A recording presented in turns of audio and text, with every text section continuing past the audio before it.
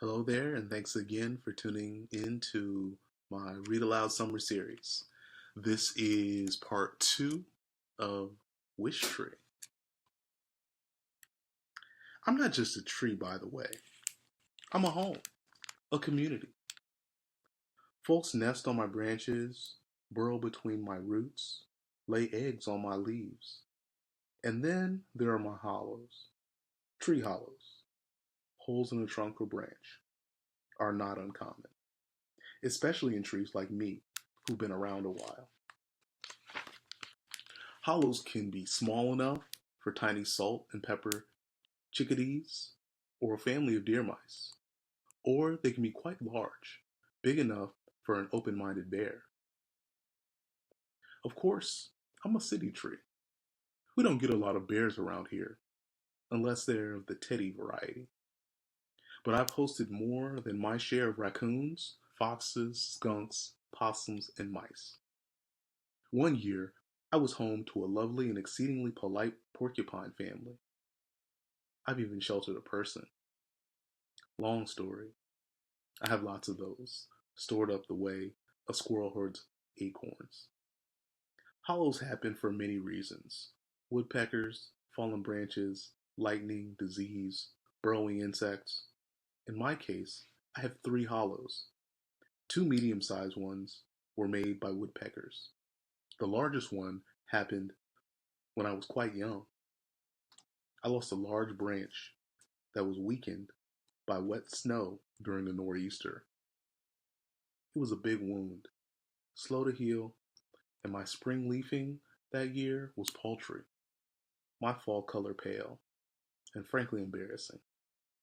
But eventually the hole healed, widened with the help of insects, and now, about 4 feet off the ground, I have a deep oval hollow. Hollows offer protection from the elements, a secure spot to sleep, and to stash your belongings. They're a safe place. Hollows are proof that something bad can become something good with enough time and care and hope. Being a home to others isn't always easy. Sometimes I feel like an apartment complex with too many residents who don't always get along. Still, we make it work. There's a lot of give and take in nature. Woodpeckers hammer at my trunk, but they also eat annoying pests. Grass cools the earth, but it also bickers with me over water. Every spring brings new residents, old friends, and more chances for compromise. This spring in particular has been quite the baby boom. Currently, I am home to owl nestlings, baby possums, and tiny raccoons. I am also visited regularly by the skunk kids, who live underneath the front porch of a nearby house. This is unprecedented. Never have I sheltered so many babies. It just doesn't happen. Animals like space. They like their own territory. Normally, there would be arguing, perhaps even a stolen nest or a midnight battle. And certainly there have been some disagreements. But I've made it clear that eating your neighbors will not be allowed while I'm in charge. Me, I don't feel crowded at all having so much company. Making others feel safe is a fun way to spend your days. I have one more community member, although visitor is probably a better way to describe Samar. In January, she moved with her parents into one of the houses I shade, a tiny blue house with a sagging porch and a tidy garden. She is perhaps 10 years old or so, with wary eyes and a shy smile. Samar has the look of someone who has seen too much, someone who wants the world to quiet itself. Soon after moving in, Samar began sneaking into the yard once her parents had fallen asleep. Even on the coldest nights, she trudged outside in her red boots and green jacket. Her breath was a frosty veil. She would stare at the moon and at me, and sometimes at the little greenhouse next door, where a boy who looks to be about her age lives. As it grew warmer, Samara would venture out in her pajamas and robe and sit beneath me on an old blanket, spattered with moonlight. Her silence was so complete, her gentleness so apparent, that the residents would crawl from their nests of thistledown and dandelion fluff to join her. They seemed to accept her as one of their own. Bongo especially loved Samar. She would flit to her shoulder and settle there. Sometimes she would say, "Hello," in a fine imitation of Samar's voice. Often Bongo gave Samar little gifts she found during her daily flights. A Monopoly token, the car, a gold hair ribbon, a cap from a root beer bottle. Bongo keeps a stash of odds and ends in one of my smaller hollows, which the possums kindly tolerate. "You never know who I might need to bribe," she likes to say. But her gifts to Samar weren't bribes. They were just Bongo's way of saying, "I'm glad we're friends." If this were a fairy tale, I would tell you there was something magical about Samar. Did she cast a spell on the animals, perhaps? Animals don't just leave their nests and burrows willingly. They are afraid of people, with good reason. But this isn't a fairy tale, and there was no spell. Animals compete for resources, just like humans. They eat one another. They fight for dominance. Nature is not always pretty or fair or kind, but sometimes surprises happen. And Samar, every spring night, reminded me there is beauty in stillness, and grace in acceptance, and that you're never too old to be surprised. I was pleased to see Samar's family join the neighborhood. It had been a long while since we had any newcomers, but I knew that with time they would put down roots, just like so many other families from so many other places. I know a thing or two about roots. One night not long ago, Samar came out to visit. It was 2 in the morning, late even for her. She had been crying. Her cheeks were damp. She leaned against me, and her tears were like hot rain. In her hand was a small piece of cloth, pink with little dots. Something was written on it. A wish. The first wish I'd seen in months. I wasn't surprised she knew about the wish tree tradition. I'm kind of a local celebrity. Samar reached up, gently pulled down my lowest branch, and tied the fabric in a loose knot. "I wish," she whispered, "for a friend." She glanced over at the greenhouse. Behind an upstairs curtain, a shadow moved. And with that, Samar vanished, back into the little blue house. When you stand still for over 2 centuries, while the world whirls past, things happen.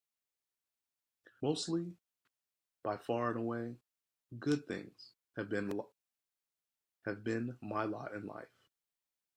My leaves had cooled picnickers. Beneath my boughs, vows have been made, hearts mended. Nappers have napped, dreamers have dreamed. I've watched ascents attempted, listened to stories spun. And the laughter, always and forever laughter. But sometimes things happen that aren't so good. When they occur, I've learned there's not much you can do except stand tall and reach deep. I have, for example, been hacked at, carved into, used for target practice. I have been underwatered, overpruned, fertilized, and fussed over, ignored and neglected. I have been struck by lightning, battered by sleet. I have been threatened with axes, chainsaws, diseases, and insects. I've tolerated the sharp claws of squirrels, and the nagging pokes of woodpeckers, I have been climbed by cats and marked by dogs. I have my aches and pains, like everyone. Last year, I had a mite infestation that drove me nuts. Leaf blisters, soot molds, oak wilt, leaf scorch. Been there, done that. Still, trees are luckier than people in one way. Only 1% of a fully grown tree is actually alive at any one time. Most of me is made of wood cells that are no longer living. In many ways, that makes me tougher than you. So yes, I've seen a lot.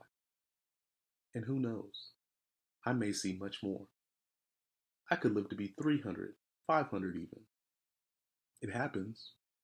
Red oaks lead long lives, longer than our daintier friends, black willows, persimmons, apples, and redbuds. And yet a few days after Samar's tearful wish, something happened that made me wonder if I'd finally witnessed too much.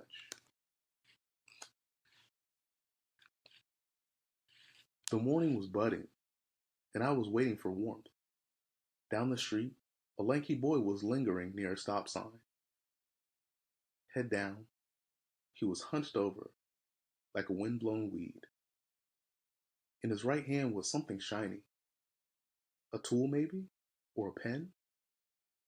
He was smiling just a bit, as if he told himself a joke. A joke only he, perhaps, understood. All day long I see people lost in thought, talking to themselves, grinning, frowning. He was nothing out of the ordinary.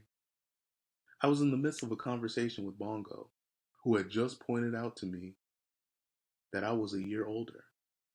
216 rings old, to be precise.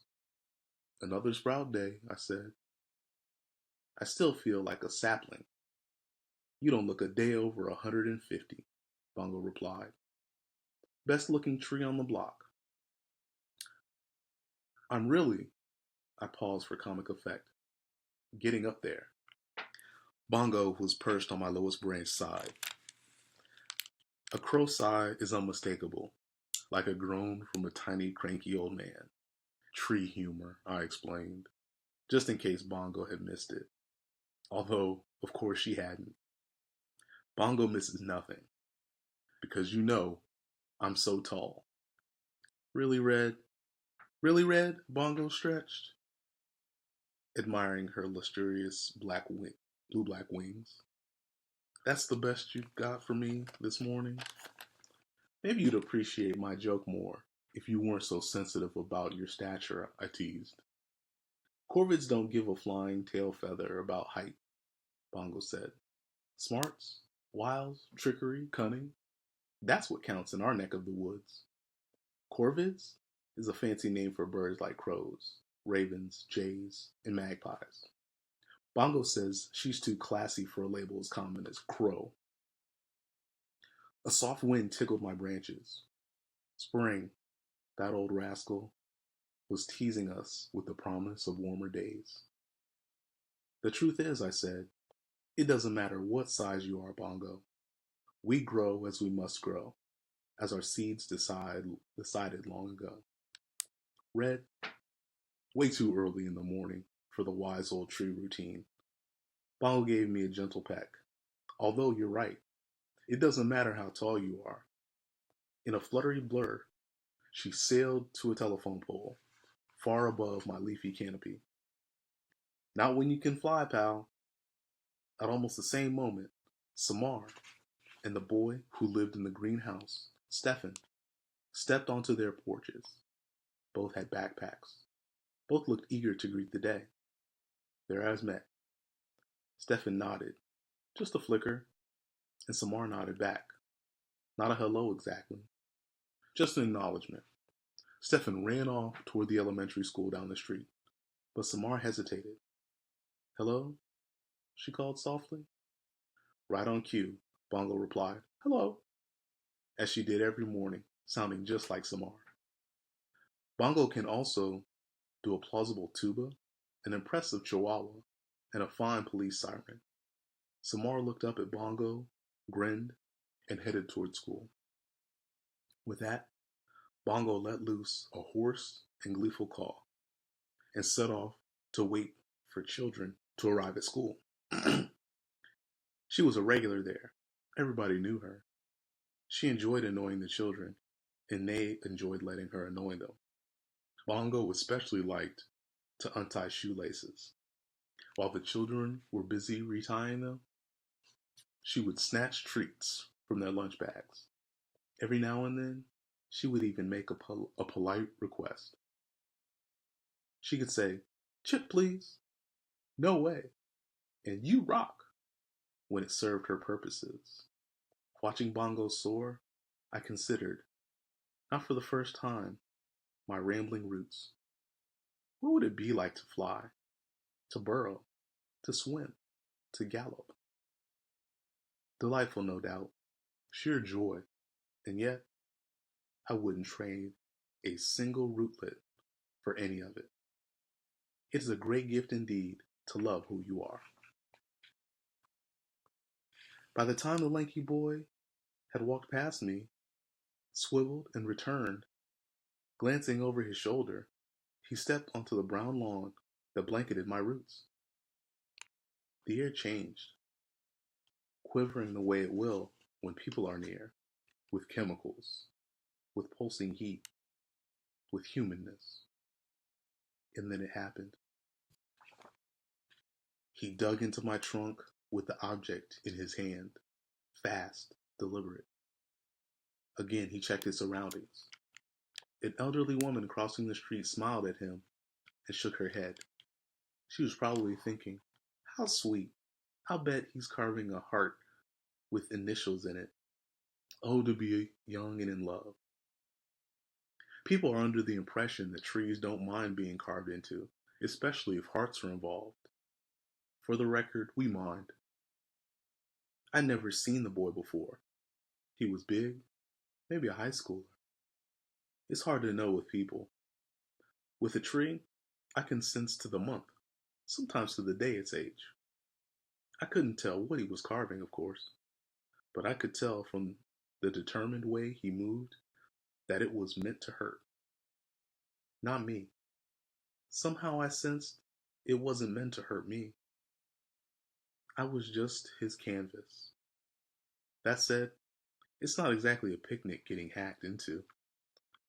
Bark is my skin, my protection from the world. Any wound makes it harder to fight off disease and insects. I wanted to yell, "Stop!"